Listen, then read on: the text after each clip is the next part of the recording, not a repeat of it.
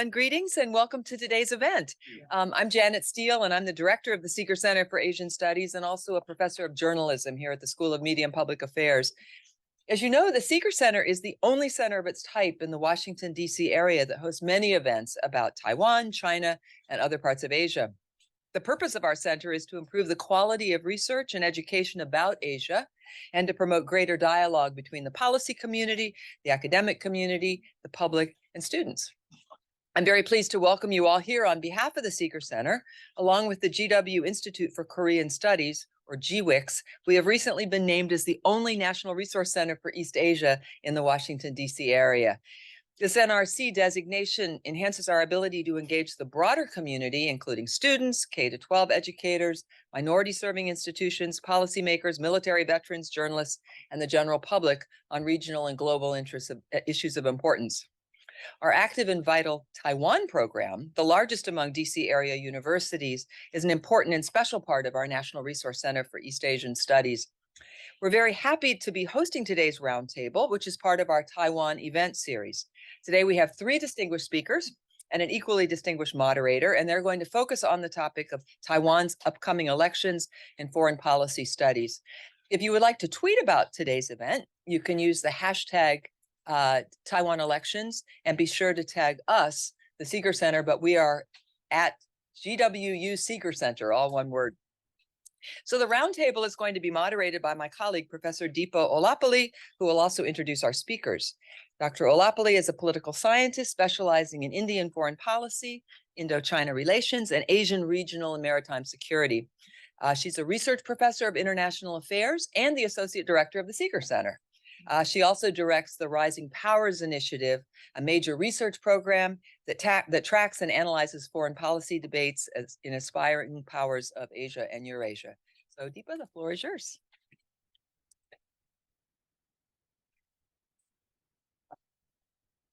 Thank you, Janet, and hello and welcome everyone. Well, when I was planning this roundtable about 2 months ago, I knew that it was going to be an exciting topic.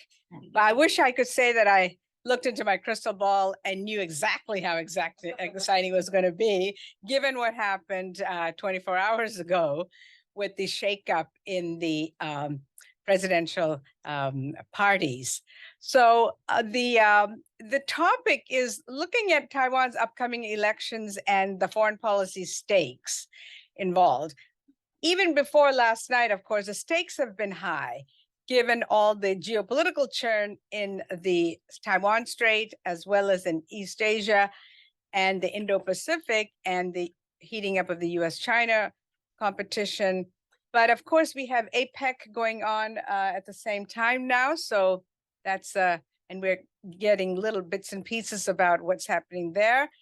But I can simply say that no matter, short-term or long-term, clearly the stakes have gone up as to what happens in Taiwan's elections. And we have 3 eminent speakers here to help guide us through this today.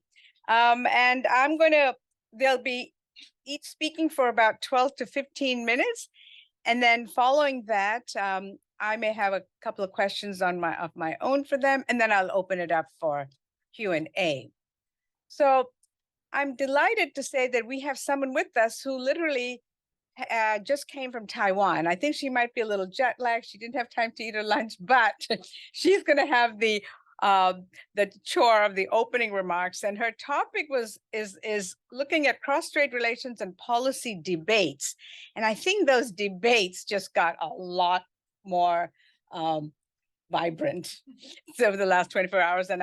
But if there's anybody who can talk about this or literally any other topic on this roundtable, is Syaru Shirley Lin. She is a founder, and she's got a long CV here, but founder and chair of the Center for Asia-Pacific Resilience and Innovation. And she is also, I'll say a few words about her. She's a research professor at the Miller Center of Public Affairs at UVA. She's also a non-resident fellow at Brookings. I should say that she left a very successful career in the private sector as a partner at Goldman Sachs, where she was responsible for equity investments in Asia.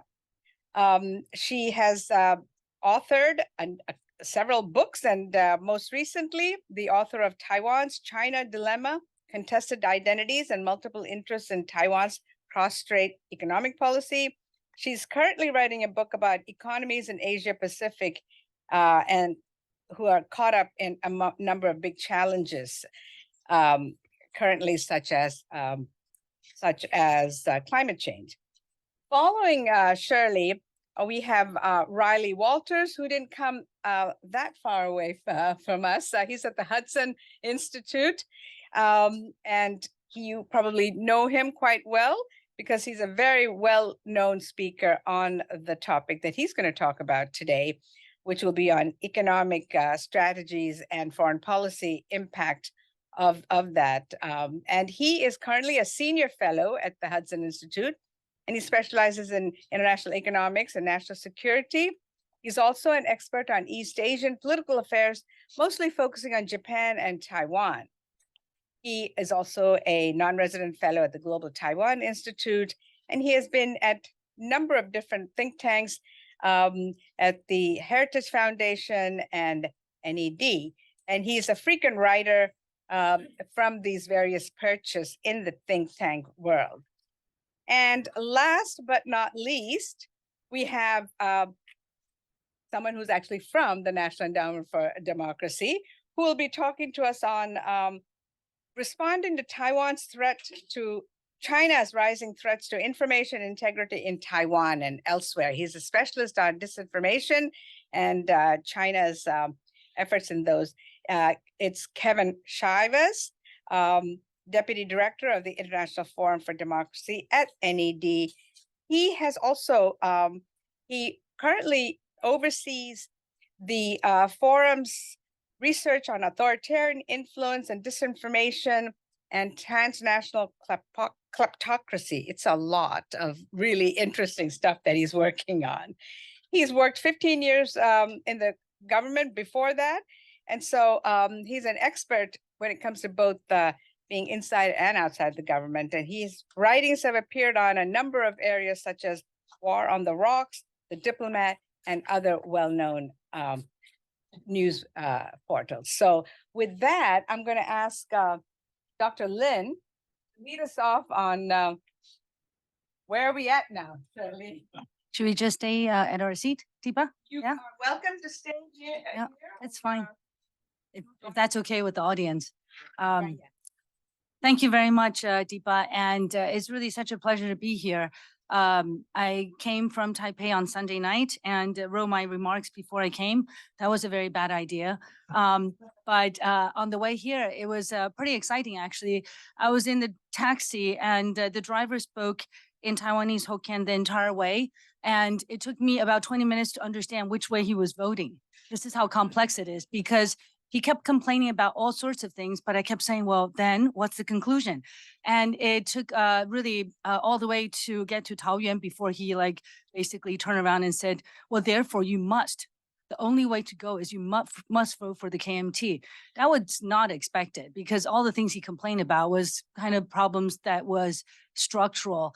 And this really comes down to my personal research, of course, which is about identity and policy. Do people really vote based on policy, or do people vote based on their sense of identity? And I appreciate coming back here so much and such a warm welcome to the LES School, which is like home to me and my husband. And Harry just spoke here in April. So I'm very happy to come for the first time as founder and chair of Taiwan's first international think tank, our think tank, the Center for Asia Pacific Resilience and Innovation. It's very hard to remember. That's why it's actually short and known as Capri, the Italian island, which has nothing to do with us, not an island. But I appreciate this opportunity because I was also assigned when I got the invitation from DEPA, there were 3 topics, and I automatically thought I was going to speak about the economy, which I had just written a piece published yesterday by MBR, and you could look up caprifoundation.org to download it. It's usually behind paywall, but just for us, in our publication of this 12,000 word article, it's about Taiwan basically being squeezed by both the US and China economically, and what the political implications are. But DEPA gave me the topic that I desperately would hope that I would qualify for. So thank you, which is actually what our actually think tank wants to do. It wishes to pursue basically excellence in policy research. So to promote civic education so that Taiwanese will be voting and differentiating between the candidates based on their policy, actually. And this is what Elia School and of course, so many people in George Washington University are devoted to. And I think that Taiwan, the fact that there has been no international think tank based in Taipei shows you since democratization that it's really, really tricky. What does it mean to be nonpartisan to discuss this? In fact, my remarks today, I keep thinking, are they nonpartisan? Are they independent? Or am I saying something that's more advocacy? And this herein lies the question. So I wrote an article 2 years ago, and it received quite high level interest among the Taiwanese government and leaders. And the title was, "It's Not All About China." So I think that's where I will pick up today in terms of this election. 1 million new voters will be voting on January 13th, 2024. And as you all know, the landslide election that Tsai Ing-wen experienced last time was very, very much, I would say, by most analysts' estimate, you could attribute it to young voters who very much supported her, whereas the older generation were divided. I think today's the island is very divided, as my taxi story can tell you, and highly dissatisfied after 2 terms of DPP administration. As in most, I think, democracies, there is a sense that we could do better. But what does it mean that we can do better? And just a short preview on the 4 candidates. All of you probably here know about the 4 candidates, but if I could recap, the current vice president is the person with the highest polling. William Lai is running for the Democratic Progressive Party.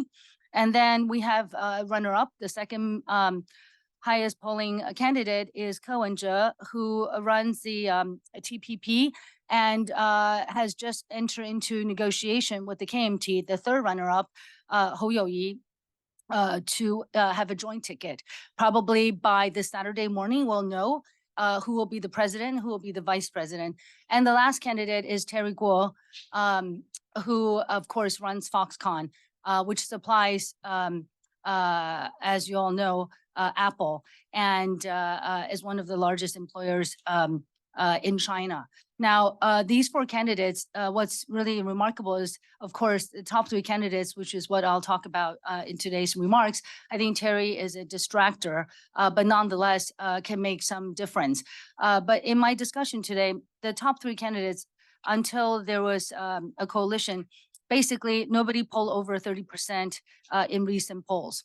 So what that really means, I think they, if I could give you the headline before I go into my points, talking points today, is that we will have a weaker government no matter what happens coming January. And this is of dire consequence, I think, for the United States and for the world, because of course, first of all, the president will not have probably a majority. It is possible that the blue ticket actually goes off to a smooth start and have a landslide. But I think it's highly unlikely. The voters are very divided by generation, by sector, the private sector versus the public sector versus the rest, small, medium businesses versus large businesses, technology versus those have-nots. The inequality story all around the world is resounding in Taiwan. I think the second point, of course, is the legislative yuan. It was already predicted, even while William Lai was looking good before the pan-blue merged, that even if William Lai were to be reelected, he was going to have a hard time to keep the number of seats that the DPP has in the legislative yuan. So all in all, whether it's a non-majority president with less legitimacy, or it's a president that actually is in a divided situation without control of the legislative yuan, we are not looking at perhaps the Chen years between 2000 and 2008, but this is the 8th election since Taiwan has had competitive presidential election. And this one, I think, has implications for the whole world, much beyond just Taiwan as a emerging democracy, trying to prove that it is democratic, that it has democratic and social resilience. So what is the election about? I think first off is if you were to look at what the young voters care about in a recent poll by Commonwealth, the number one issue they care about is the economy. The number two issue that they're most concerned about is inequality. These are priorities that are different than older generations. And I think the older generation, without doubt, there's a real sense of identity that divides the older voters as well as middle-aged voters who are still not retired. But let me say that first is on the policy debate. What is most differentiating about the four candidates is on energy policy. And the second point is on foreign policy. The biggest difference between the incumbent, William Lai, and the other three, I would say, opposition candidates is US skepticism. So on those 2 points, I like to dive into it a bit more. On energy policy, as you all know, Taiwan is an extremely brown economy for a wealthy society. It is still growing, especially the semiconductor industry, which I've been involved with for 30 years. I think the fact that the government has finally signed on to 2050 is telling that, of course, Taiwan seems progressive on many scores on becoming a green economy and still providing chips for the world and moving towards a different energy mix. While it's trying to spend more than 2.4, moving towards 3% of GDP for defense is very difficult. It's a trade-off for the entire democratic society. How do we pay for all of these things? Green transition, more defense, and pension and healthcare, all of which are topics that I'm writing about in my next book called The High Income Trap in East Asia. Taiwan is a great example of this in a society where, of course, there's not enough young people to support the system and to pay for everybody's entitlement, which is increasing as the society ages. Now, on energy policy, currently 80% of Taiwan's energy mix is fossil fuel based, and only 8% is alternative. To imagine that percentage to increase substantially is very difficult. There is a large number of European firms, of course, in Taiwan working on alternative energy, all actually working off of subsidies that's costing the taxpayers. So the big divide among the opposition candidates is that all of them have said they would restart nuclear energy. And William Lai has only recently said that if waste could be properly disposed, he would reconsider it. That's a very big change, of course. Now, on the second part, on foreign policy, we can talk more about this if the audience has questions about specific aspects. Of course, this is a part that I've spent my years doing research on, but is no longer the singular focus of my research in terms of looking at policy debates. But the implications are important because the opposition candidates have also said they want to restart the ECFA, basically including the service trade agreement, which promotes liberalization of trade and services with mainland China. And on this, I think this is a very big divide in terms of how to move forward.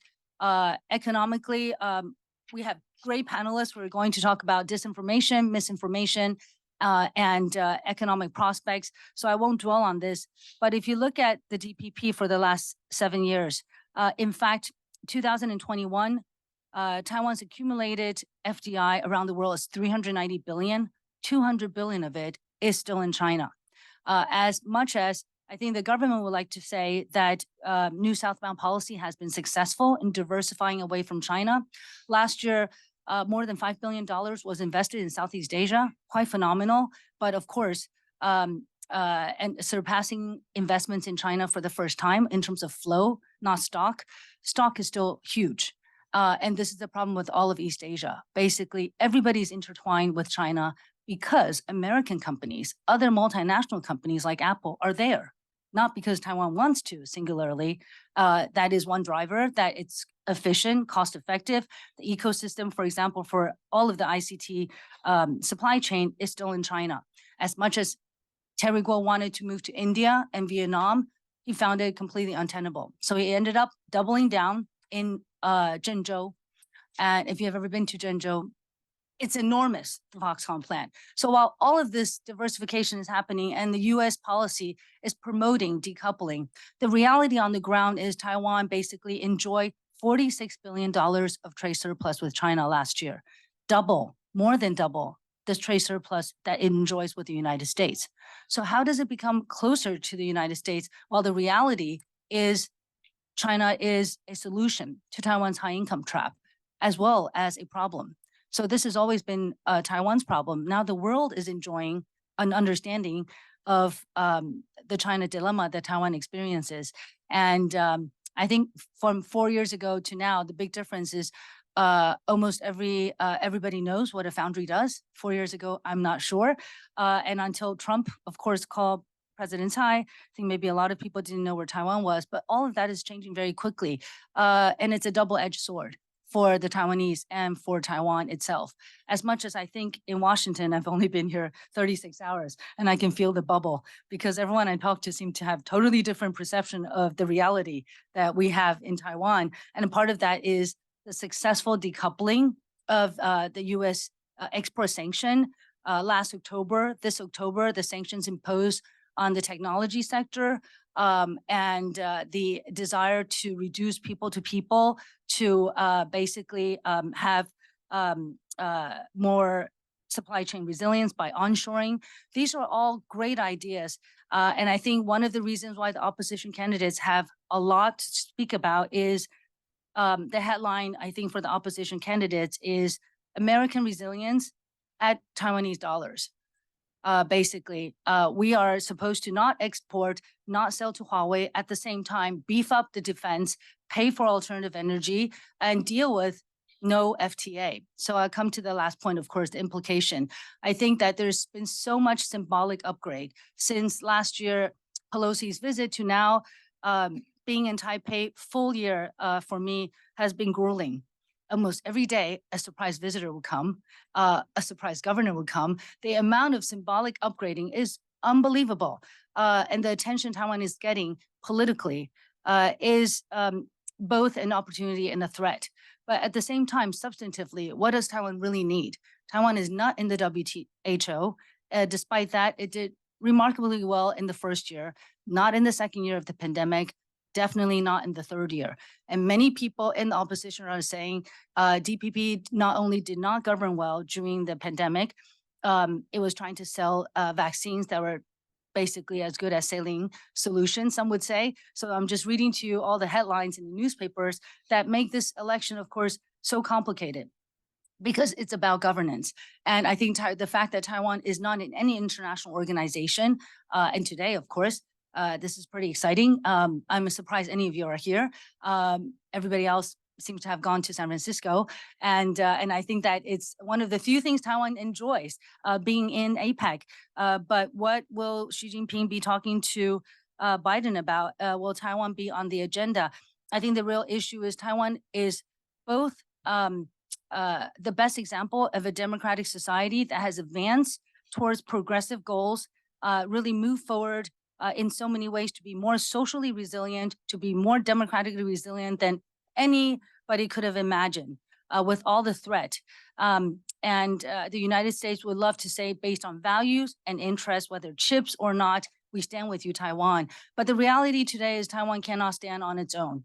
It is unable to sign an FTA despite the administration's attempt to give up beef and pork. These are huge political capital that was expanded. And I was visiting with a few people yesterday and understand that Taiwan enjoys enormous support in terms of support for any kind of agreement, but even the framework agreement, the framework that was just discussed and signed took so much more effort here in Washington than anybody expected. I'm sure many of you who are trade specialists know. So this is a very highly anti-trade environment we've entered into the last few years in the United States. What do the voters in Taiwan think?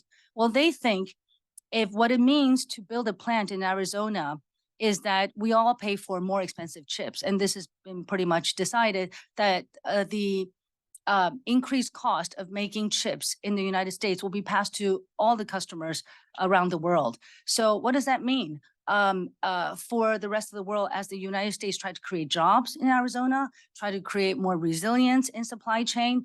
And does anybody care about what's happening to Taiwanese people? So I think on that note, I will pass on to the next panelist. Thank you.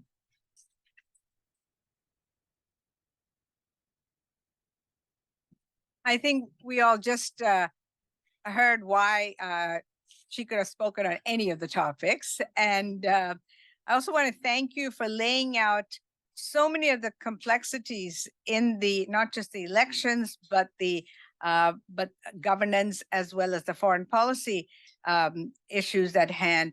I mean, many of us see the way in which Taiwan's importance has simply skyrocketed, whether it's with the European Union, the US, many other countries. So I will want to come back to some of those questions as to, you know, the fact that it has, the importance of it seems to have risen globally, but the tactics and the strategies, of course, that have to follow are much more difficult with that. And now let me turn to Riley. Shirley has laid out some of the big economic challenges, and I hope you can go into a little more detail and talk to us about the economic strategy. Yes, absolutely. Thank you. Yes, I've been tasked with talking about the economic strategies as a part of each candidate's foreign policy, which is very specific. I'm going to try and touch onto it.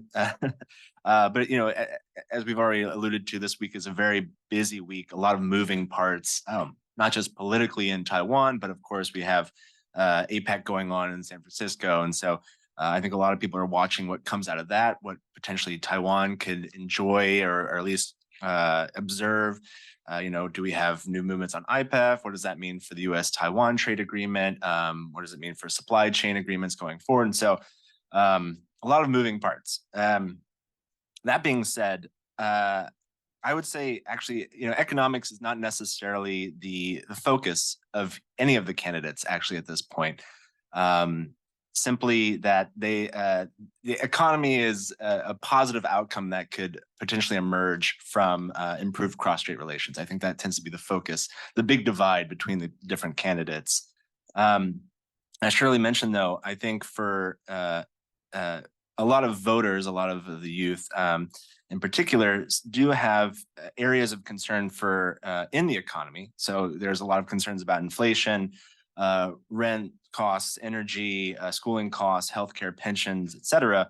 And even, you know, the fact that Taiwan went into recession about a year ago, dipped into a recession, it's out again, paints this picture that Taiwan its domestic economy is struggling. And personally, there is a divide between some of the domestic economic issues and foreign policy issues, which I'll get to in just a minute. But the Taiwanese economy right now is really very much driven by trade in particular. And so import and export growth over the last year have really diminished. That's because the Taiwan economy and really the global economy has been kind of coming off of the pandemic boom, the increase in sales and trade of information and information technologies, computers, and things of that sort. Taiwan's economy too has really been only growing for the last decade between 1% to 4%, which isn't really that great in terms of, you know, what you might see coming out of China, or what you might be seeing coming out of some of the Southeast Asian nations, India in particular. And so that's why you see also this continued displeasure with the Tsai administration, because there's this correlation, there's this tying in the fact that the Taiwanese economy is growing slower, and they just happen to be the political power in power, the political party in power.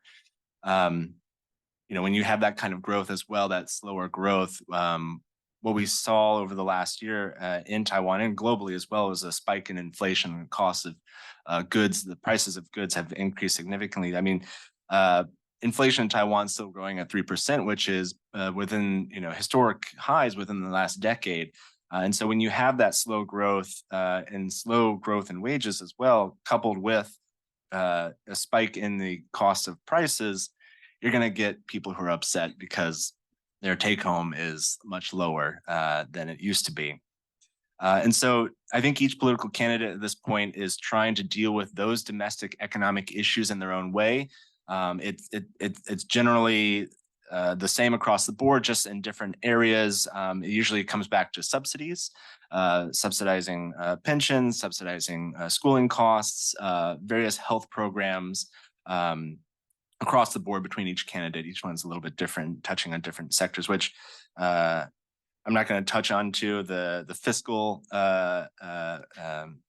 budget of the Taiwanese government. But as Shirley alluded to earlier, there's a big question of how do you pay for all this when at the same time you're also asking to increase defense spending.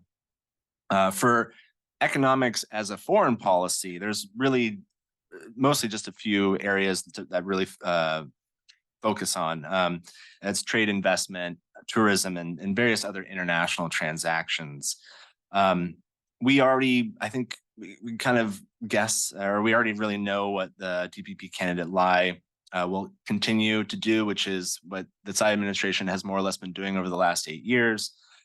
This is, really finding alternatives to the PRC, because the PRC has shown time and again that they do not like the DPP, and they are willing and have been using economic coercive measures to show that. It's trade restrictions, it's travel restrictions, it's even creating incentives on the other hand to encourage Taiwanese businesses and investors to come to China and leave Taiwan. We have a major trade investigation going on out of Beijing right now on Taiwanese trade barriers, which just happens to coincide with the election date. We also have, threats really from both sides of suspending the existing trade agreement between Taiwan and China at this point. I think this is, like I said earlier, this is really the biggest divergence between the candidates. All the candidates really paint the DPP as sort of the destabilizing factor in cross-strait relations, and that in itself is corollary related to the cross-strait economics that are happening at this point. The argument is that the KMT, the DPP, they're all willing to start communicating with the PRC again, and in the hopes of removing or even improving upon some of the economics that have happened over the last 8 years. That means removing those trade barriers, removing those restrictions on Taiwanese exports to China, perhaps resuming some of the tourism that really used to be significant. There's even talks about, creating Guilin into a tourism hub or investment hub, and various other measures to sort of fill the gap. And the argument being there is that also, if the cross-strait economic relationship can improve, that in itself will hopefully improve Taiwan's own domestic economic growth.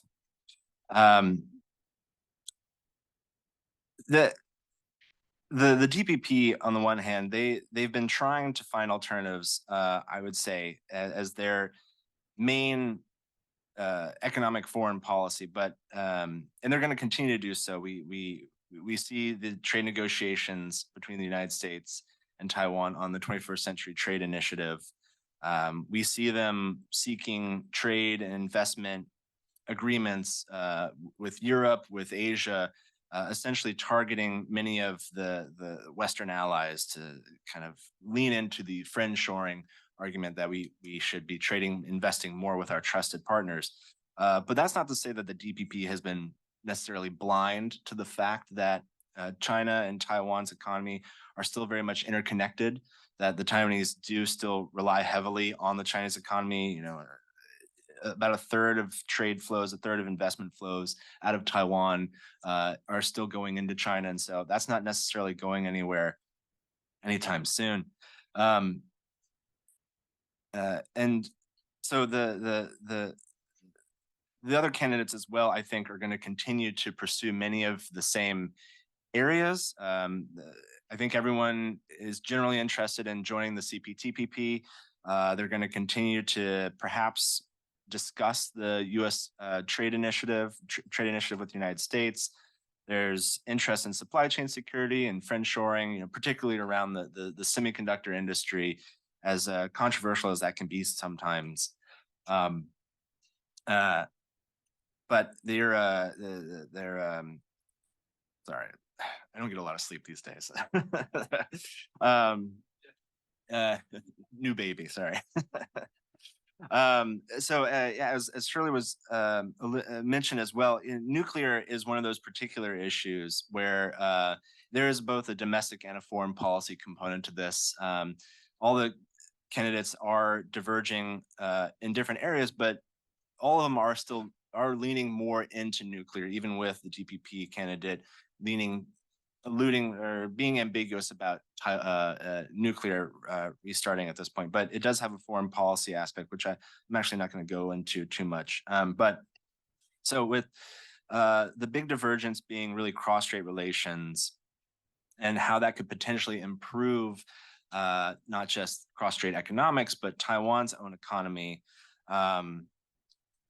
It really begs the question of where does it go from there? So for the DPP to continue down this path of working with its alternatives to the PRC, actually really any candidate that wants to continue to engage, they still have to face the true fact that all international relations require two partners, or at least two to at least agree to an agreement. It's very rare that we have unilateral trade on, let's say, like trade barriers, investment barriers, things of that sort. And so I think there's good amount of skepticism whether the KMT TPP alliance can actually achieve what it wants to achieve out of if it were to win, to resume a lot of these cross-strait dialogues, even in potentially new agreements.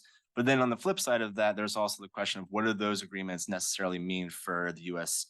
relationship with others in Asia that they've been trying to foster, especially as those countries like Japan, for example, have also been leaning more toward with the views that the United States is having, which is the de-risking component, while also trying to find that balance of the fact that we can't necessarily get rid of China. So, I guess the biggest question is, will Beijing actually respond to these efforts?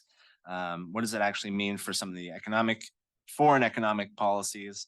And then, of course, there's the big question of, for example, CPTPP. What happens next year when Taiwan goes in to negotiate and the DPP is already drafting up measures to negotiate with this, and some members of the CPTPP want Taiwan but don't necessarily want Taiwan without China, or some are finicky and in other ways, and it gets very confusing very quickly and becomes perhaps less of an economic issue and more of a political question at that point. So I'm going to leave it there. If you have any questions, thank you very much. Riley, thank you so much. I think you've done a great job of showing the way in which, on the one hand, the economics and politics are so disconnected or moving in different directions. At the same time, that China is such a big factor in both the politics and the foreign policy and economics for Taiwan. But generally speaking, I think we can extrapolate globally. So that is really the challenge as you laid it out in the end. So we will come back to these questions. And now let me I want to step back a little bit from the burning issues as it is happening right now and turn to Kevin, who's going to tell us about, we're talking about an election. Taiwan is a vibrant democracy, but there are, of course, things that make it, a challenge for having a lot of integrity in the election process. There are ways in which China has been a factor, and perhaps will be continuing to interfere or have a role that can disrupt the democracy in Taiwan. So let's now turn to Kevin and see how he kind of gives us a kind of broader picture of how that's going to, the elections, issues are there. What about the elections themselves? Thanks so much, Deepa. So I am thrilled that there's sort of a democracy element to this conversation, because I think oftentimes when you talk about Taiwan, it's about, its growing economy and obviously the security dimension as well and the military dimension around it. But a lot of people forget sort of the democracy angle to the issue, which I think there's really important things to learn and think about. Just to give you a quick one sentence about the National Endowment for Democracy. We're a publicly funded institution in the sense that we get our appropriation from Congress, but we're entirely privately managed as well in terms of how we operate. We are separate from the U.S. government and do not really coordinate with them on assistance or policy priorities or anything along those lines. The International Forum, we're a research institution. It's part of an ed. We look and feel to the outside world a lot like a think tank.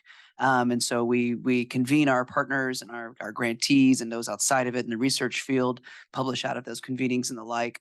One of the issues, given my own background and given some of the ways in which these strategic issues like authoritarian influence and disinformation, propaganda, and the like are affecting democracy, those are some issues that we work with. And so it's sort of I'll be speaking about a little bit from that perspective. So as we've all already heard, Taiwan has sort of clearly been, and I agree that China is not the only thing. I agree that I sort of poured some cold water on my talk before it even started, but I agree it's not all about China within Taiwan, and issues related to governance and those things really are front and center for nearly every country around the world.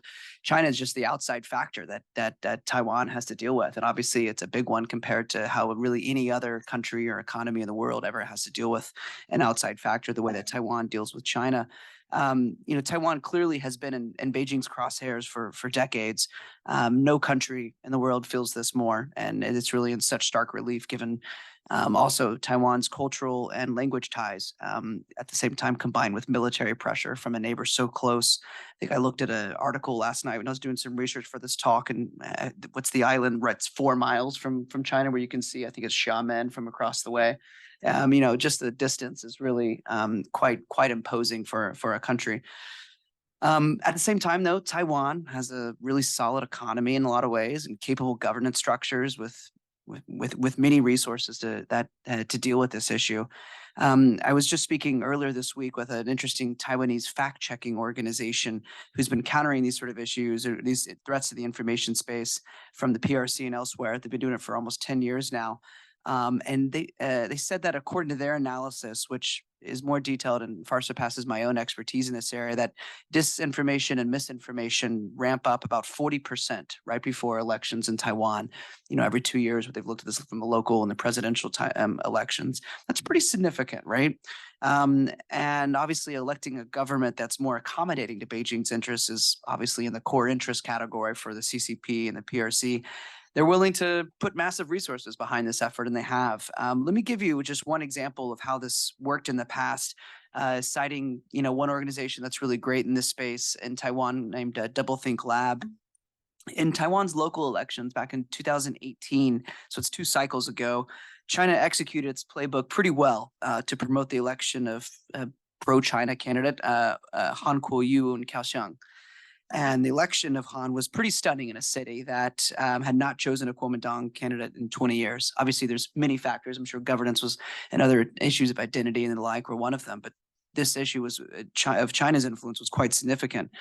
The Doublethink Lab found that the result was followed an extraordinary level of social media engagement around Han's campaign.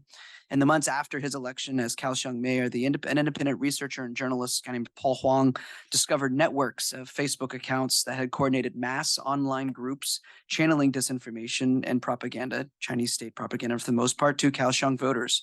The group's creators were paired with an inauthentic or fake LinkedIn profiles belonging to mainland Chinese.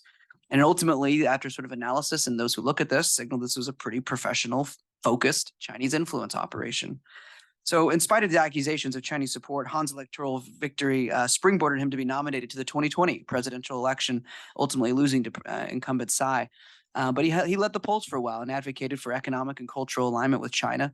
So it's a pretty significant outcome of how this kind of this influence can be at least one factor in the election of more pro-China voices within the Taiwan system. So question, how does PRC information manipulation works in Taiwan? So Freedom House is really another great organization. They've done a really solid job documenting many of the CCP's influence efforts in Taiwan's information space, specifically in the media sector.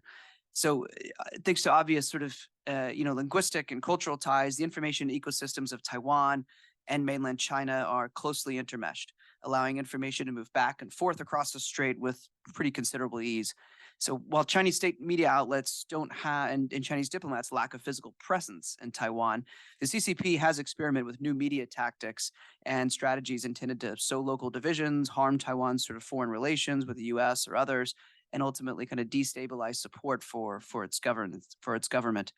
Chinese state-produced content is regularly placed in local media through illegal but widespread paid advertorials, co-production deals, content sharing agreements.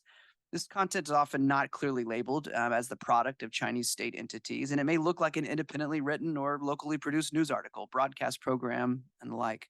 The CCP has also pursued a variety of other tactics to influence Taiwan's information space, some covert by design.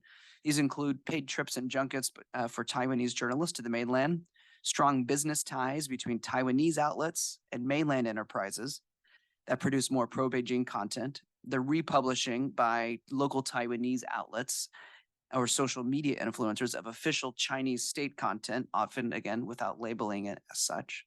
There's obviously a big case a number of years ago of Tsai Ing-meng and the Want China Media Times group who ultimately actually retaliated against journalists who exposed these sort of influence tactics. And they retaliated through defamation cases and the like.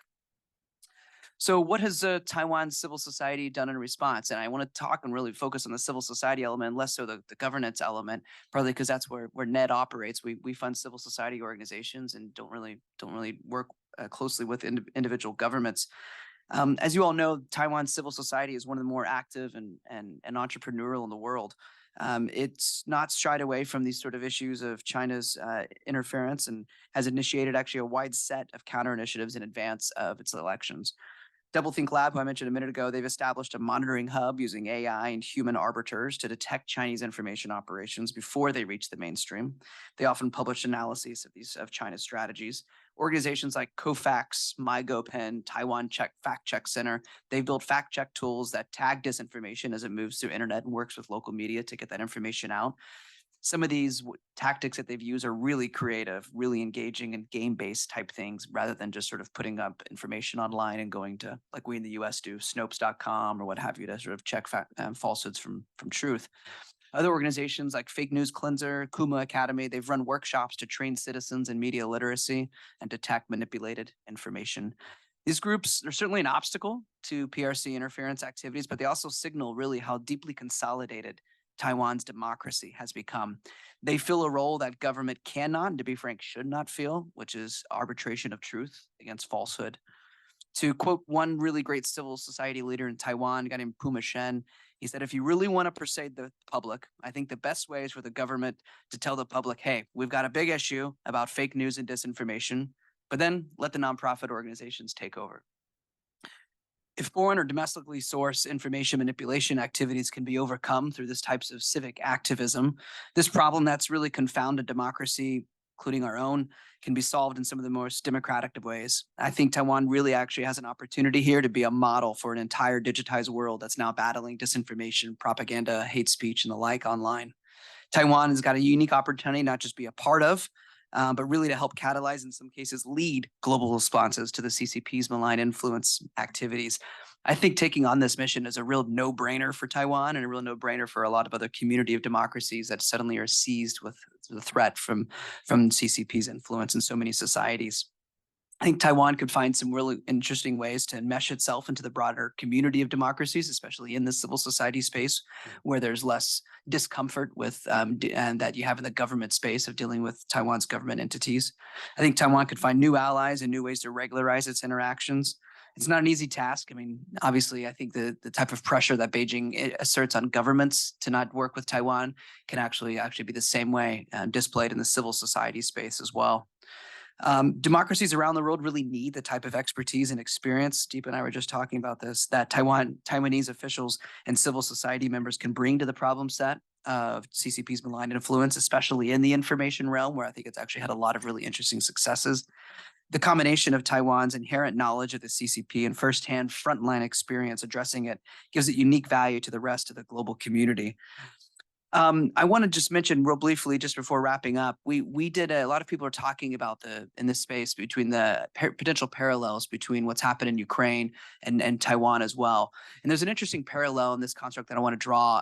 And we at the forum spent we had dozens of interviews and convened a lot of Ukrainian and Central and Eastern European civil society leaders in the information space to look at some of the successes they've had both before the 2022 full invasion and afterwards, in terms of winning the narrative battle within Ukraine and within the West related to the war, related to just dealing more broadly with Kremlin propaganda, disinformation.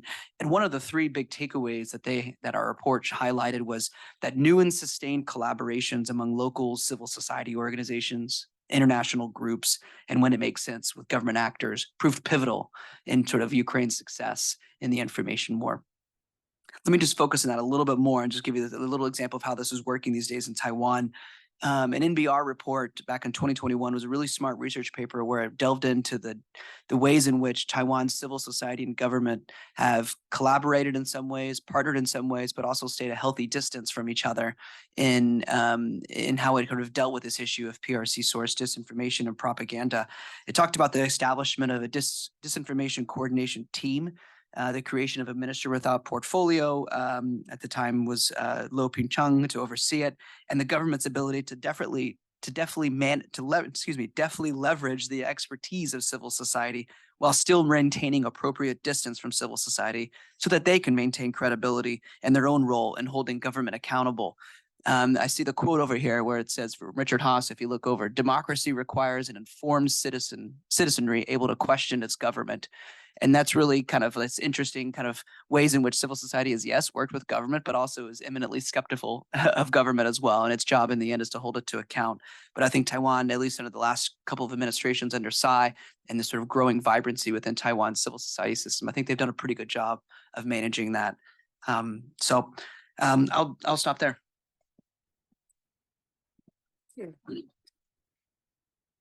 Thank you very much, Kevin, for reminding us of the kinds of challenges that Taiwan is in simply holding elections and so forth in a democratic manner. Now, I know that you have a lot of questions, but I'd like to just start off by kind of trying to tie up a few of the things that were raised. And one that I'd like to pursue is, the idea of de-risking, decoupling from China is not something that only Taiwan is thinking about. Of course, many, many other countries are thinking about it, in part because I think, when we had the pandemic, we realized that there was indeed a structural problem here with oversupply of overconcentration of supply chains in China, and therefore, it led a lot of countries to question. Now, in the case of Taiwan and those countries in Asia, Indo-Pacific, that do feel the Chinese presence and pressures growing over time under Xi Jinping, that's another reason. So coming back to, given that background, the idea, Shirley, that you raised, the disconnect between the foreign policy and the economics. While I understand that, how do you then see Taiwan and some of the partner countries squaring that circle, if you will, or whatever the analogy is? But how do you make that work, where you have that problem of economic interdependence, but at the same time you have these, wake-up calls that suggest that it is time to diversify and do some of the things that Riley was talking about and that you also mentioned. So just your thoughts on that broad question. Okay, thank you. I'll start off first. I think there's a perception that this is something new. I think for the world perhaps, but Taiwan has always been in this dilemma, and it didn't have a wake-up call. It was always in this call. Basically, since 1991, when China and Taiwan traded on record and made investments for the first time, Taiwan was already on guard. So this decoupling notion that suddenly America woke up to, of course, I think most experts would say this is a political, of course, a political decision, if you will. The fact that the last 30 years, China has decided not to open its market under the WTO. There are all these basically issues of reciprocity. Politically, because of Trump, this all kind of started changing. And I think that to ask people to decouple, as the United States decided to benefit from integrating with China and then decided to pull back unilaterally, is something that's very, very disturbing, I think, for countries in East Asia and Asia Pacific in general. The fact that United States decided that China was its mortal enemy one day is not something that Taiwan decided to wake up to. Taiwan was always threatened by China existentially. So I just want to mention that in terms of technology, if you take a look at the record, Taiwan has always restricted. And we have, Daniel's left. We have experts here actually from CIER who's just left, who actually could speak to this. But basically, any strategic investment in petrochemical and semiconductor, and any investment over $50 million from, so what you call reverse CFIUS in this town, basically was always restricted from Taiwan to China. So until 2002, Taiwanese semiconductor companies could not invest in China at all, and did not. And I would say that Taiwan is actually the reason that the most advanced technology, 2 nanometer, is not in China yet. And so the United States is catching up on policy, I would say. On this, many people have come to the Investment Commission in Taiwan and have come to ask, actually, how did Taiwan design, implement, enforce these restrictions, despite the lucrative nature of integrating with the Chinese market? Made in China 2025 forced everyone to focus on the supply chain being in China, as well as the fact that China was the most efficient manufacturing place for the world until it wasn't anymore. So a lot of the divestment, I think it would be foolish to think that the policies Washington has imposed is successful on its own. A lot of it is actually market driven. The fact that coastal cities in China are already very expensive. They've been moving away for many years now, looking to Vietnam as the biggest beneficiary of people trying to hedge. And of course, it's ironic. You hedge by going to Vietnam, another communist country. So I think, the fact that there's values and there's interest, these are very complicated issues that Taiwan actually knows much better about sort of coping with. And I think that there is a lot the world can learn from actually what Taiwan has had to deal with, as opposed to saying, well, Taiwan, wake up. I think we were awake while everybody was asleep.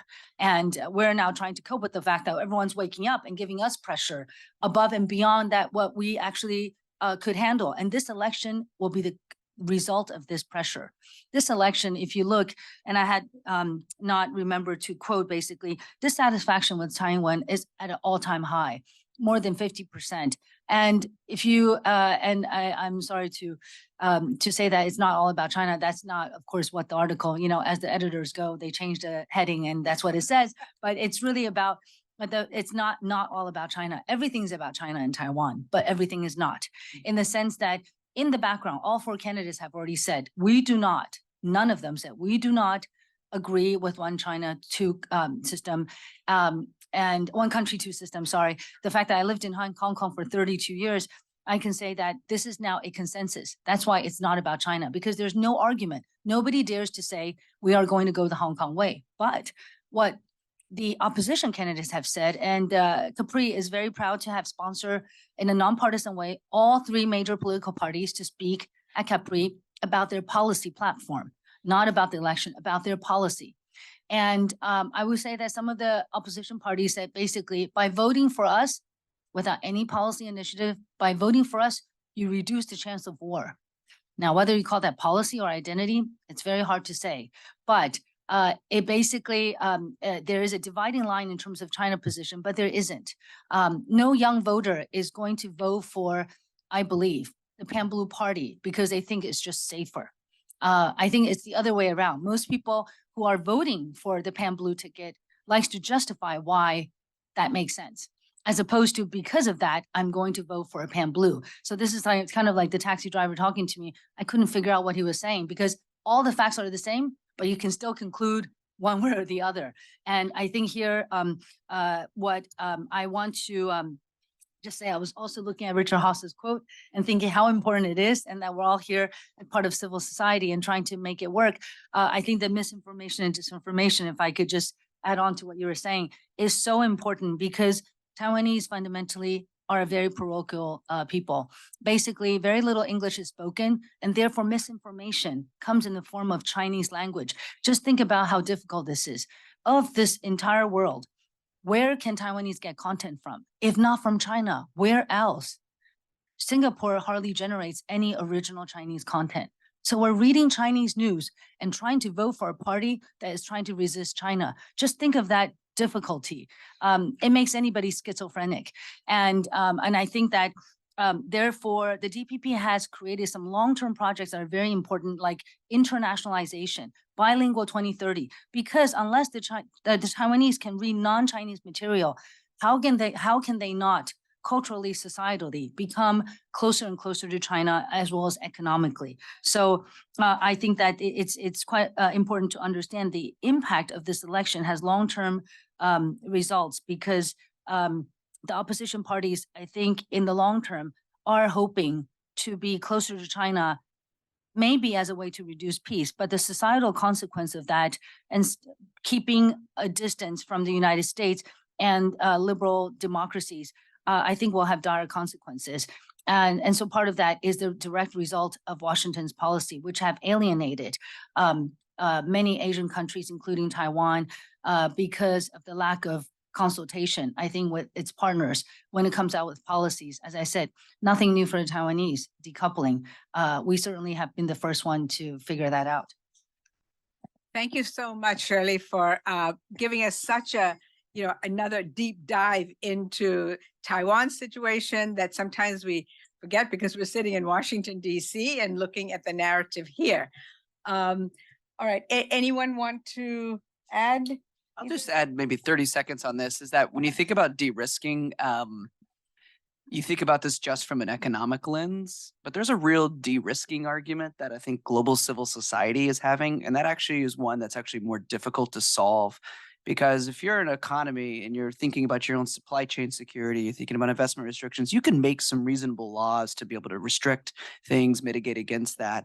But the moment you start banning certain media outlets because it's, Chinese state media or RT and the like, or you start regulating what social media influencers online should say or couldn't say, I think it's really dicey for a democracy to be able to walk that line well, and probably a bad idea for the most part. But China's is now a big part of the Belt and Road is NGO exchanges, it's political party exchanges, it's these things that happen outside of the economic realm and outside of the official government to government realm that are really hard for democracy, for democratic governments to regulate and deal with, because they shouldn't, to be frank. So it's a different kind of argumentation of how you think about de-risking and you're in a country's civil society engagement with China. It's not just like an economic issue of just de-risking and decoupling? How much should you interact with Chinese stakeholders? How much should you deal with these issues? Should your political party be in a political party exchange with the CCP? I mean, these sort of things are really difficult for a lot of organizations with honestly much less expertise on China to really manage. So it's just kind of widen the lens of kind of this term de-risking and think Can about this. Can I from a just civil society. add, I totally agree with Kevin. This is now, it seems like a conversation, but this is great. I really agree with Kevin because I just remember, I just published an op-ed last Thursday about basically internationalization of talent, because basically civil society, what you need is leaders who are going to go in and create discussions and engage societally. The issue, of course, is Taiwan doesn't have many international talent. In fact, Taiwan hardly has any. It doesn't have actually laws that allow anybody to emigrate. So people come and people go, and all of you visit, I'm sure.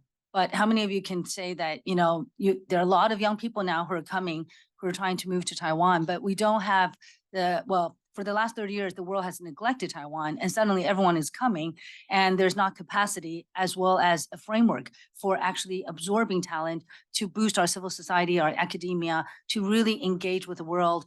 By default, Kevin is right. The last 30 years, we've been engaging with China. We've been engaging with Chinese civil society, Chinese academic institutions, all of these things that the United States is worried about. For us, is much more front and center. And I think that it is important to really strengthen the resilience. And if I could just say, we are, Capri also has a senior fellow that is publishing an article that we're talking about societal resilience, and autocratic societies are extremely socially resilient, actually.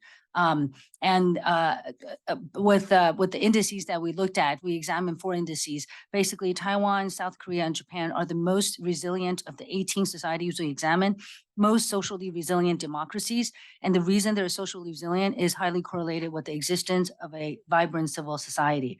But that's the difference. The autocracies that are more like autocracy societies in the data, you will be not surprised to find is China, Vietnam, Singapore, highly socially resilient. And there are many definitions. And what they don't want is a civil society. I might just add, I think there's absolutely a disconnect between Washington and Asia.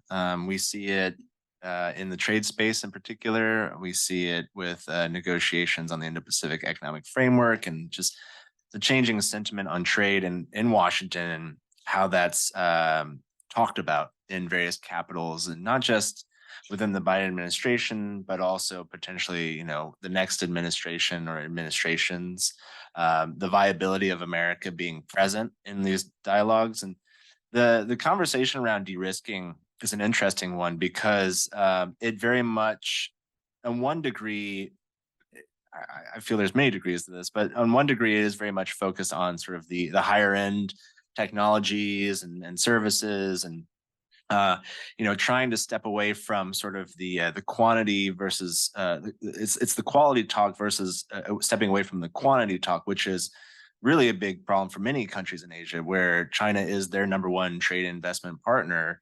And so they're trying to thread this needle, but it is still a little bit of both. And so you get this disconnect. Is there going to be a way around this? It can either, I think, candidate really necessarily thread this needle? I don't know. We'll see. And I say the disconnect is actually worse. For Taiwan, de-risking has another dimension. Taiwan is a victim of the de-risking, not a beneficiary. As the United States forces its partners and allies to de-risk from China, Taiwan is very much part of the Chinese economic landscape. And separately, the world has also been thinking about de-risking from Taiwan because of China's threat. So the fact that everyone is saying we can't have 92% of our chips being manufactured in Taiwan, this is the de-risking actually is hurting Taiwan, as opposed to sort of de-risking them. People are not moving from China to Taiwan, that's for sure. And people are saying the concentration of technology in Taiwan is a threat. So if you think about it from Taiwan's perspective, for decades, since 1987, we built a foundry model. We created the most innovative precision manufacturing ecosystem to benefit the world. It's not because Taiwan wanted to be a monopoly. We just became because it's so efficient, and it's so it perfected it so that memories in South Korea, process technologies in Taiwan. But now suddenly we wake up one day, everyone's saying Taiwan is the most dangerous place on earth. We need to de-risk. We need you to move to the United States. We need you to move to Dresden and to Kumamoto. And who's going to pay for all of this? So I think that when we hear de-risking, the Taiwanese have a different sense of what that means. All right, this is the most interesting conversation on de-risking that I've heard in a very long time. But thank you for broadening that. I guess the only one thing I would add is the flip side of the concentration of semiconductor capabilities in Taiwan is that I would say that, in fact, that is one of Taiwan's biggest leveraging points and its bargaining power. And it's not so easy to diversify away from Taiwan, right? That's just not going to happen. So it is what it is. Okay, I'm happy now to open it up, and I see a lot of hands up there. Can I start with this young woman here? And please identify yourself and your affiliation. Hello, my name's Sonia. I'm a student here at the Elliott School, and I'm from Taiwan. So thank you all for coming, and thank you for the dedication in this field. A few days ago, there was a forum hosted at GW, and the topic was, should the US defend Taiwan? In which a senior fellow from a certain think tank in the US said that the US should put abandonment on the table to kick Taiwan in the pants, expressing frustration that the Taiwanese government is not contributing as much in their own defense as the US government is. Do you think this is a reflection of the disconnect you were speaking about? What are the contradictions and commonalities in foreign policies in both countries? And also, especially to Dr. Lin, what are the issues of US foreign policy without considering the Taiwanese perspective? Thank you. Hey. Sure. In my opinion, is the folks in Washington in particular who talk about abandonment or, let's say, bombing Hsinchu Science Park are very rare, and not necessarily, I think, given a whole lot of credit. And I believe that's true within Washington, but also within Taipei. I don't think anyone believes that this is viable US policy or will ever become one. I mean, I think it's a better debate to have, around what the United States can do. And actually, because it is doing things, it's the question of whether it can do more or less of what it's currently doing. I don't think too much time should be spent on what even less can the United States be doing. Yeah, that's my 2 cents. Okay. I guess I'll answer that point. So in a recent poll, 38%, you could say that's high or low. It's arguable. 38% of the people polled respondents said that continuing to buy arms from the United States and to comply with export control of US policy would hurt Taiwan and provoke China. So it's just an indication of how divided this discussion can be. But I think that for Taiwan, let's just say the fear of abandonment by the United States is huge. And I think that this is something very important.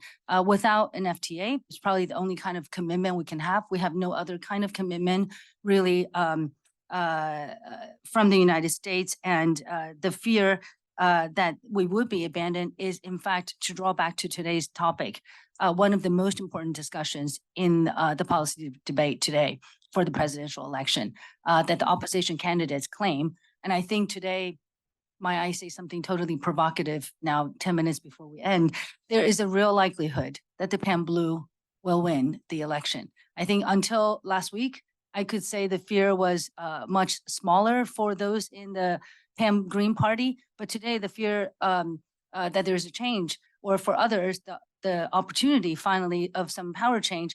And this is what democracy is about changing power. The fact that every Taiwanese wake up, of the 19.5 million voters, they say we have a choice. Every day we have a choice. We can change the government. The government works for us, not the other way around.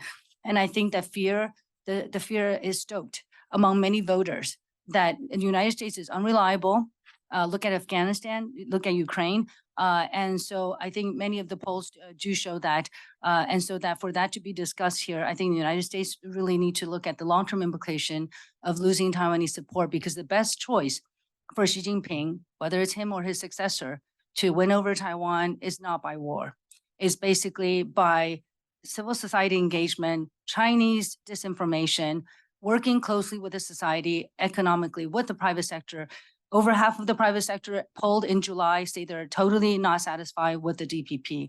And so there's a real issue, I think, of near-term opportunity as well as the long-term need to defend Taiwan. It's very important, but having a trusted relationship with the United States, I think that most young people in most of the polls are very confusing about whether you defend Taiwan or not.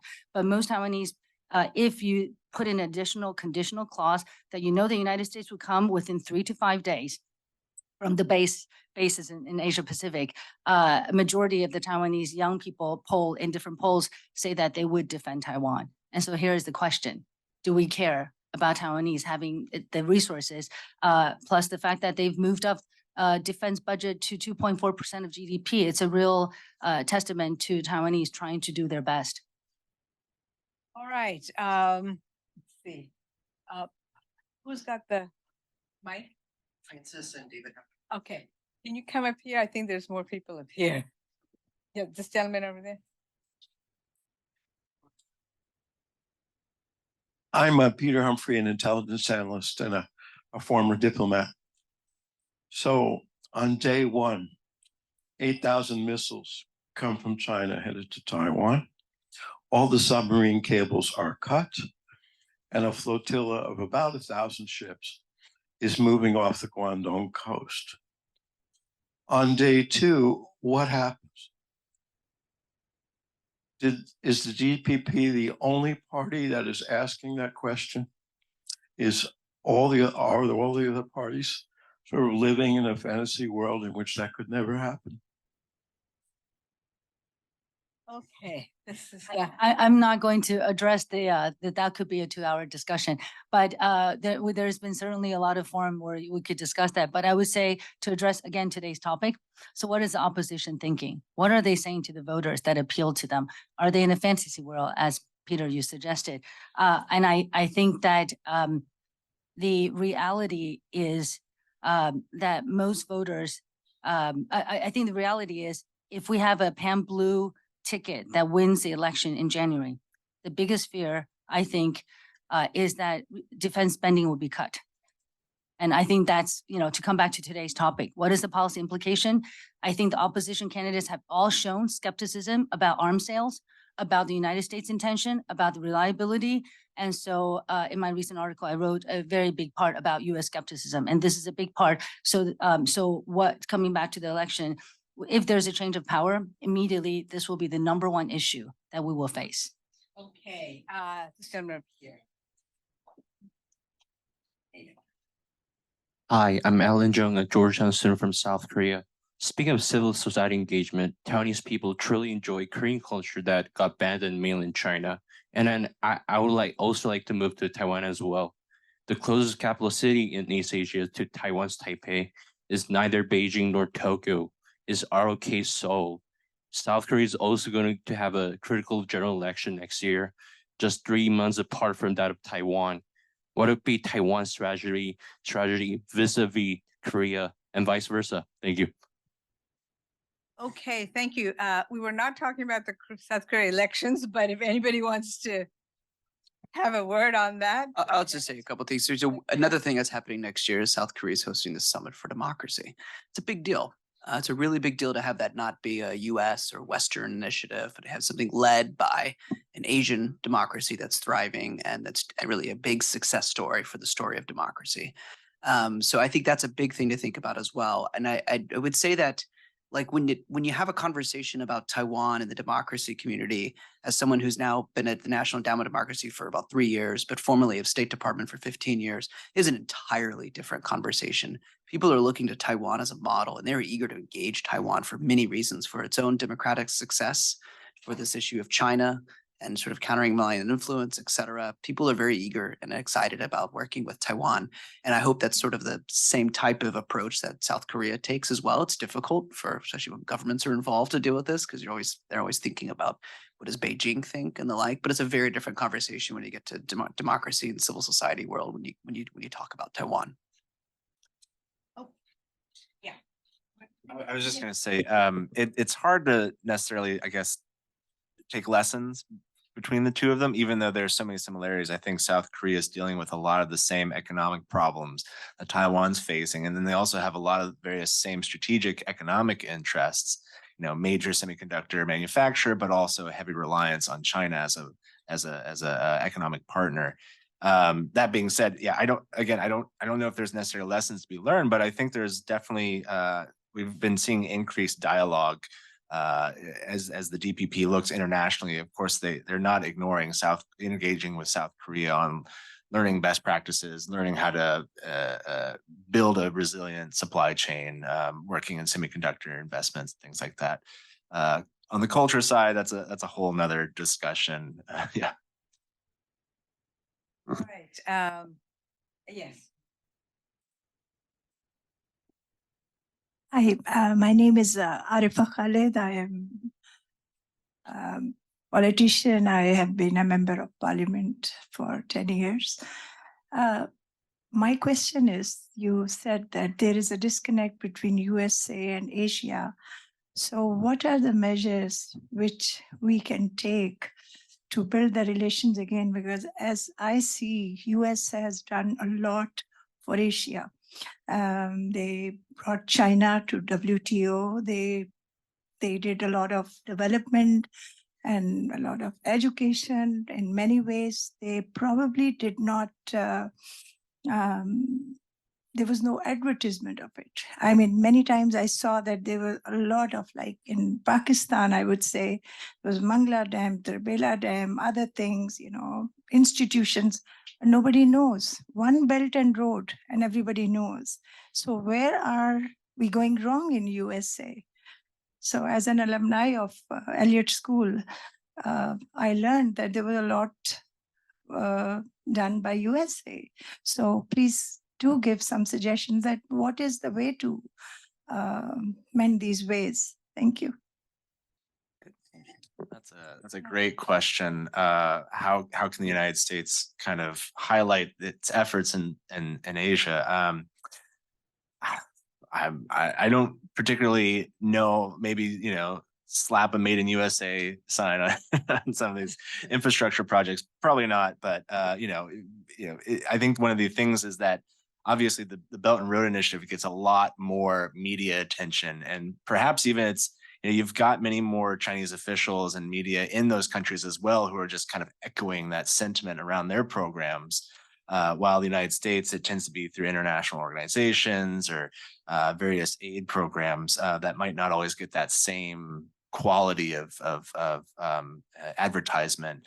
But my talk's mostly focused around trade, and so there's a few different layers to this. One is that just domestically within the United States, the sentiment around trade has changed, and it's not necessarily going back anytime soon. The IPEF, the Indo-Pacific Economic Framework, it is the Biden administration's attempt to engage economically in the region. And for one reason, I think there are some in the administration who are actually listening to partners in Asia because that's what they're calling for. Our partners like Japan are saying, come back to CPTPP. The administration is saying, we can't do that, but perhaps we can give you this instead. But even within what we are pursuing, we're limiting ourselves. I don't know if you follow the IPEF negotiations very closely, but there's already talk about how they're removing, various parts of the trade chapters, the administration's really giving a lot of pressure to these negotiations on various issues like labor and environment. And so it's not what our partners, our potential partners, are actually asking for. We're maybe not listening actually as well as we should be. And that's probably the same with a lot of other countries that aren't a part of the IPEF as well. Okay, yeah, we actually, despite what the clock says, it's fast by 4 minutes. So we still have 4. And there are 2 questions here. Gentlemen have been waiting patiently. So Garrett and then Garrett. Hi, my name is Garrett Van der Wees. I'm teaching history of Taiwan at George Mason University. all three very good presentations, but I wanted to follow up on a point that Shirley made. We have a bubble in Taiwan, we have a bubble in DC, but there's also a bubble in Beijing. And I just talked to a pretty senior European diplomat who came back from 7 years in Beijing, and he says, yes, Beijing is trying to puff itself up after COVID, regrouping from COVID. But the Chinese economy is like a big balloon that's really deflating pretty fast. There are hordes and hordes of companies leaving China. Rich people are leaving China by the droves. So that really shows for less economic influence by China. They will be able to throw their economic weight around much less, and their attractiveness for Taiwan in particular will also be decreased. So how would that decreasing Chinese economy affect the picture that you were painting? The Chinese economy, the lack of ability for Xi Jinping to basically, his circular economy basically has not come to reality. And the fact that consumption, if you go to Shanghai today, basically, it's not the same city as before the pandemic. Well, neither is Hong Kong for many reasons. But I think Garrett is a really good question, and I've been asked about this quite a lot. But I think that it will be an over exaggeration to say the immediate Chinese challenge, which is immense, deleveraging, and trying to boost consumption, trying to get youth unemployment of over 40% in many cities back to some reasonable level, I think is very difficult. No major economy has had to experience this ever in history, in modern history. But the immediate impact for the Taiwanese, I would not exaggerate that effect. Because first, Chinese basically has aggregate power. So its ability to invest overseas, it really is not, it doesn't really have to match the reality on the ground, if you will. That's the first part. And that's why the system, it was always our system and their system trying to compete was always very unfair. And the second part of it is China still has the most fastest growing sectors. And this is why when the Chinese economy is doing poorly, I think that the real, what people don't see is, of course, sector-wise, the EV market is still completely, especially Europe and Asia, is completely relying on China for the EV market. And then if you look at AI, so there's parts of it that you can't forget. And Taiwan is a very small place. It just needs a few bright spots to continue to move forward. And I think this is an issue that also, like I said, let Apple leave China first. Everybody else will go. And I think this is the entanglement, the decoupling that will never actually truly happen. I think is the issue that people are hoping if the Chinese implode, then other things will happen. And I don't think that's a reasonable way to project. Yeah. We have, if you have a very quick question, please. The last question over here. Yeah, there's nothing controversial in this discussion. Richard Coleman, I go to Taiwan 8 to 10 times in the last 20 years, and I got a chance to observe the election last fall. All the women candidates, Taiwan's way ahead in that department. But nobody's mentioned the Taiwan Relations Act, which is sort of the handicap, the handcuffs on how far America could be overtly in support of independence for Taiwan, and nobody's mentioned the independence word either. So it's kind of, I hear what you're saying about how the election could go and what the polls look like. They don't look good for our country either. So I'm wondering, is this a question of people just disregarding, as Peter's question said, that China's said publicly, this is our goal. We're going to take Taiwan sooner or later. Our law says if Taiwan decides to voluntarily become part of the Chinese sphere, that's American law says we will recognize and accept that. So how do you, is this a matter of pure economics and disregarding the national security issues for like export control things, which are serious with the chips and stuff? How do you see it, and how would that happen? Chinese, if Taiwan actually volunteered civilly to become Chinese. We're running out of time. Shirley, you have 30 seconds, literally. Sorry. I was painting a picture that perhaps was too shorthand, and I wasn't being clear enough.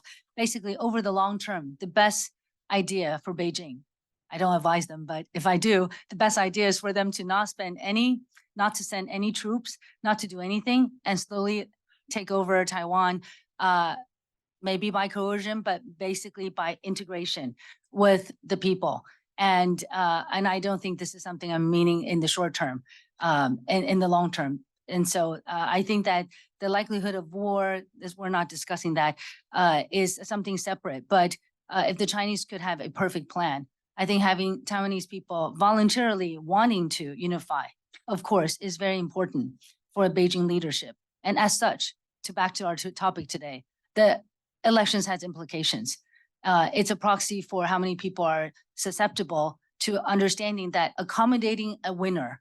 So the theory that basically the United States is declining, China is basically rising.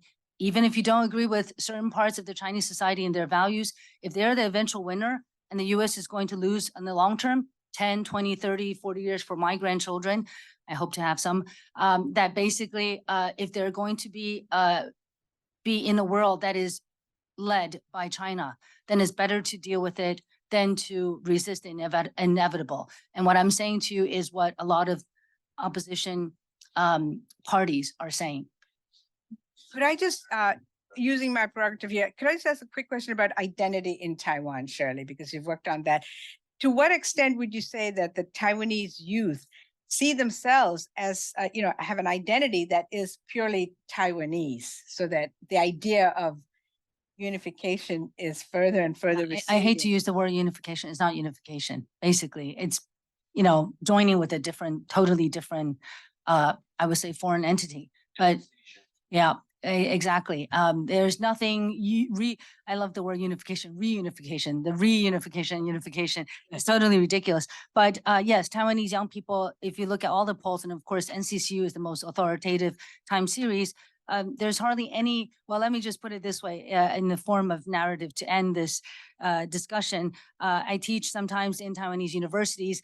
No young person will willingly come speak up in class and say that they are Chinese. So if you just see the peer pressure, that's the environment. Young people all think they're Taiwanese and that they have the autonomy to decide what the island should do. And that spirit is what's moving the election. People think that they can decide.